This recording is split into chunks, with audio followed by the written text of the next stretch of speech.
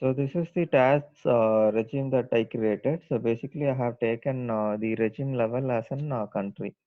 So the value would be United States, and I just gave the start date, and I have given the tax currency. And apart from that, if we are dealing with the foreign currencies and all those things, we can define the rate. So that is, if we wanted to have it corporate or spot or any classification, that we can give it. And we have the rounding rule. So the rounding rule is nothing but we can give nearest or down. So how do we want to round it basically? And we have tax inclusion method. So whether we wanted to have inclusive of handling, I mean whether we wanted to handle the taxation or we wanted to take out of this. And then we have the collecting tax authority. So basically we will create a vendor, and we will classify this vendor as a tax authority so that we will have it in list of values. So I have created one tax authority. So usually it will be two, but I have created one tax authority, and I have attached for both collecting and reporting tax authority.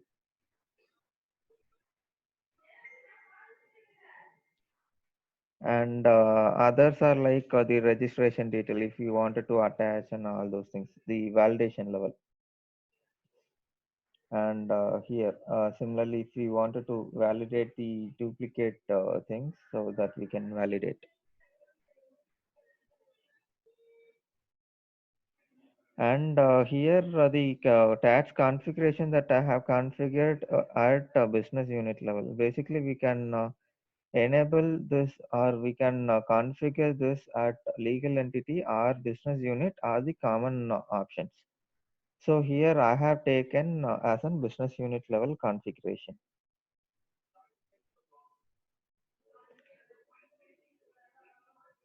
So if you see, mostly it will be business unit specific. So I'll just show it. Sorry. If you see here, we have common configuration, or we have party specific configuration, or we can use the common configuration and we can override the party specific configuration. So common configuration is global. It is like it applies to all the organizations. Whatever the configuration we are making, it will apply to all the organizations. But whereas if we have party specific or the business unit specific, so that we can specify it here, whether we wanted to have it at legal entity or we wanted to have it at business unit, so that we can have it here. So I have just picked the business unit specific, and I have saved this tax regime.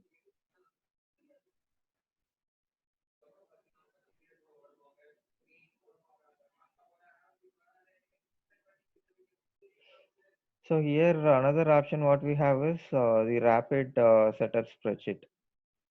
So I'll just show this.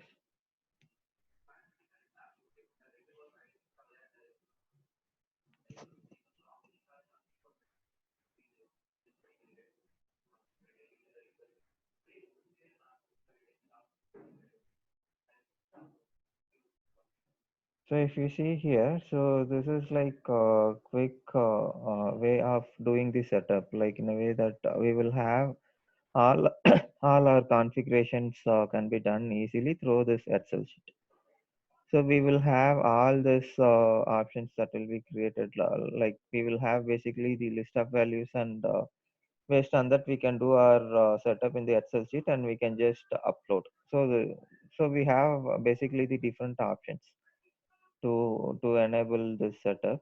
And once we have enabled it, so we can just click upload tax workbook. So this will upload the worksheet, and it will create the setup.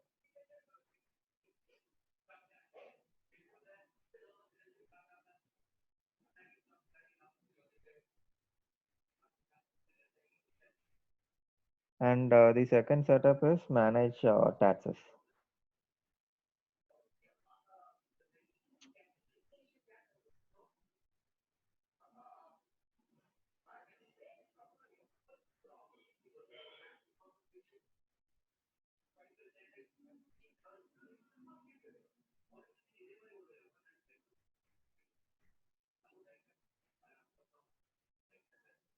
Yeah. So here, if you see, I have just taken the tax regime that we created in the earlier setup, and I have attached it to the business unit because we have chosen as an business unit specific tax configuration. And I have just given name as an KK tax, and I have chosen the tax type as an VAT, and I have given the start date. And here we have two options. So one is enable tax for simulation and enable tax for transaction. Once we enable this option, we will have this enabled. So unless we give this option, we will not be able to use this particular setup in AP module to calculate the taxes. So there are two setups. One is enable tax for transaction, and the another one is at tax rule level we have an option to give applicable. So this is one time setup. So once we have enabled this and we have not enabled this as an applicable, whereas it will be by default it will be not applicable. So if we have left this option, so we cannot change this again, so we will have to redo the setup. So this is one kind of one time setup. And apart from that, the other options are similar to the earlier setup. If you see the tax authority and all those things, and the taxation or the tax will be calculated based on the default setup that we are giving it here. So that is three default setup. One is tax jurisdiction and tax status and tax rate. So I'll just try to show this one. Then,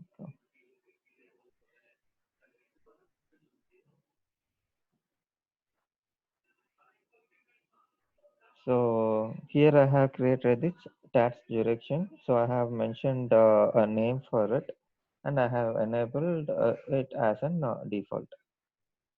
And tax account. So tax account is the place where I'll give all the accounting part of it. So if you see here, we have the tax liability account and we have the tax expense, and if we have the interim tax and all those things, like if we have the recovery and input tax credit.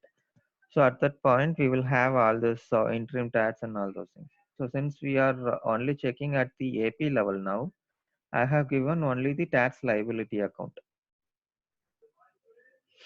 So when we see at receivable point, so we will have all this earned discount and all these parts.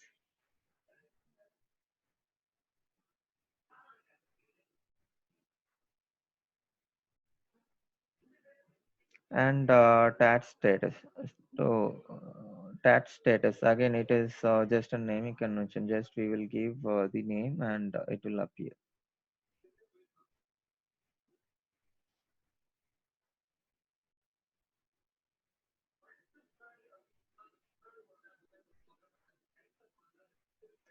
And this is like in control, like at what level do we want to generate the taxation.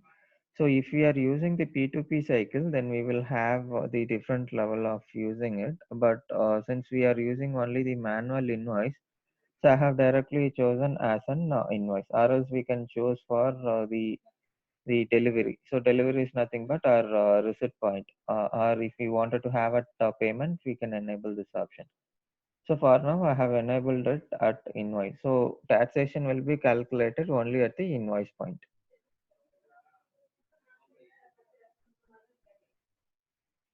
And if we want to enable the tax lines manually, that we can enable this option. Or if we wanted to restrict, maybe we can deselect this option.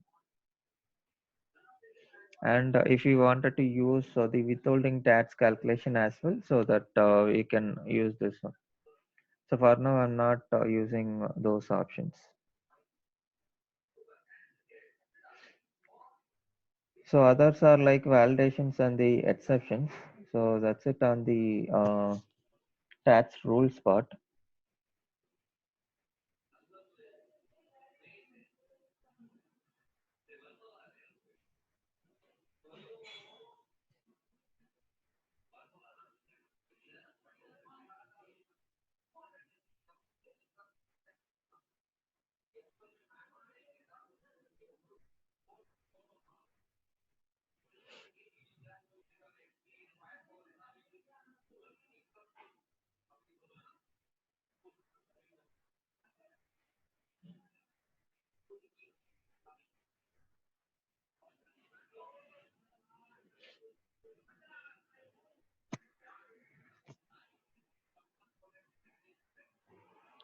Yeah, if we have the tax rate and all those things, so basically we will define it here.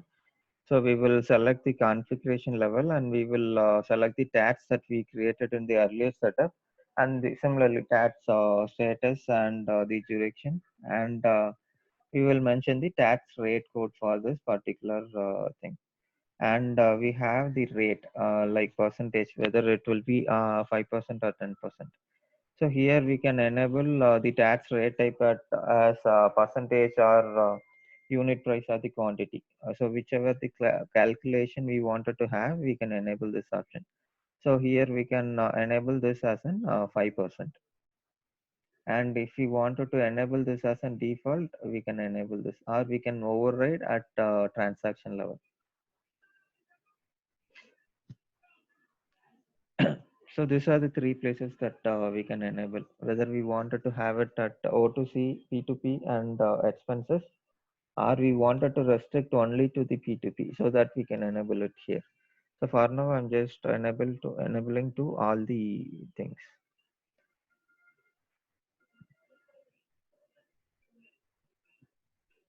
So this is a similar page where we saw the different tax accounts attached to this business unit. So if you see here, we will have the ledger and we will have the business unit. So once we attach the ledger and business unit, system will ask us to fill the accounts. So that is for the tax liability and the recovery as the interim account. So this we have created already. So I'll just take this.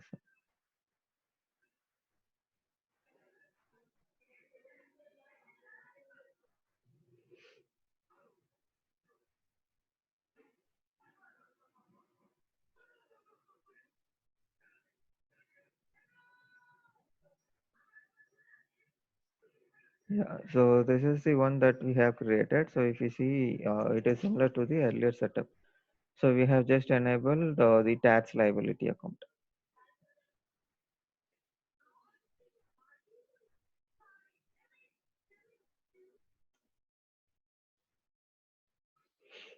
So apart from that, if you wanted to have the inputs like the party tax profile and the tax exceptions, so that we can enable it here, or we can create it here. So some cases we will have the classification based on the party or the product. So for those we will need the additional setup. But here I'm just making the mandatory setups only.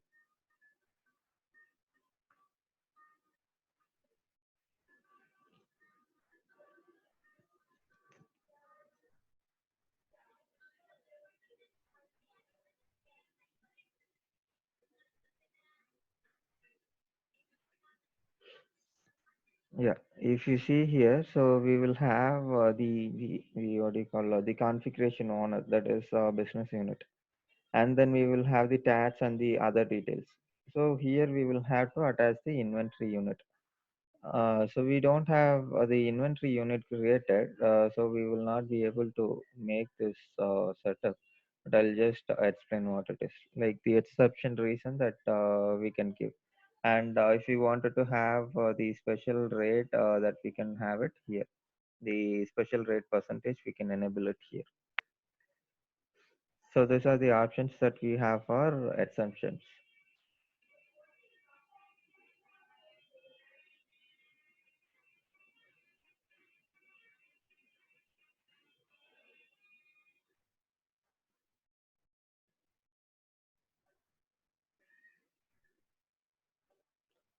So apart from that, withholding we have seen already. So these are like the same setup that what we saw inside this particular setup. So under the tax rule, basically we will have all this related setup. So we have done all the setups. So maybe we can check creating this. So basically we can attach this tax classification at the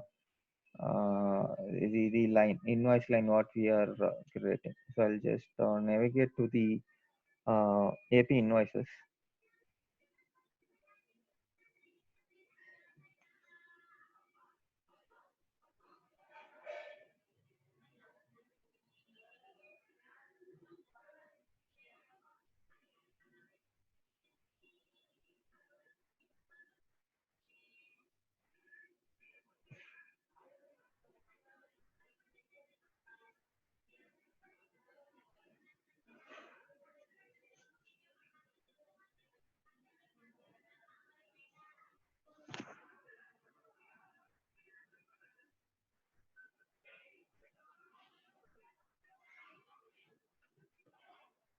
So I'll just use the same business unit and the vendor that we created earlier.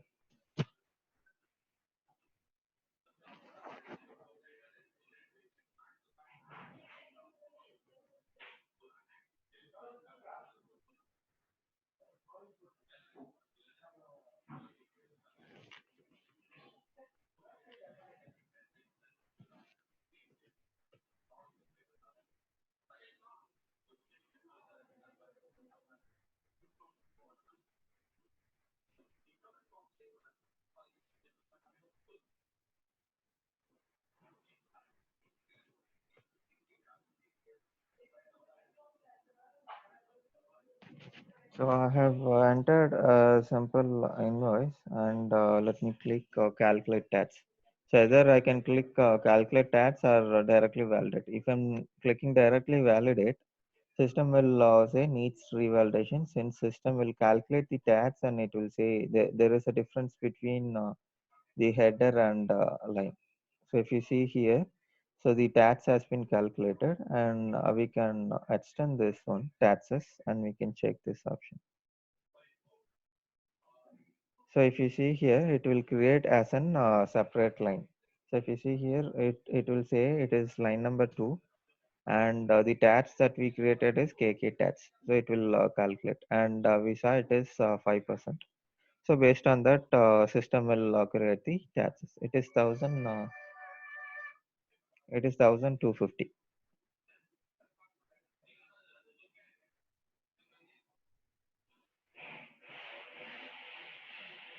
Similarly, if we have withholding, we will see it here, but we have disabled the withholding option. So we will have only the transaction taxes, that is fusion taxes.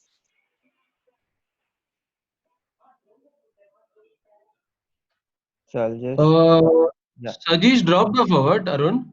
I just now noticed. Oh, okay. I guess his internet is not working fine. He dropped off. Okay. I thought he's there in the line. I mean, Sajesh, Can we? yeah. I will have a word with him. I guess he has some internet issues today. I will have a word with him. Okay. Can we regroup tomorrow? Yeah, yeah, sure. No problem. Sorry, man. Sorry. Yeah, no problem. No problem. Not a problem. Yeah. Thank you, Abhishek. Thank you.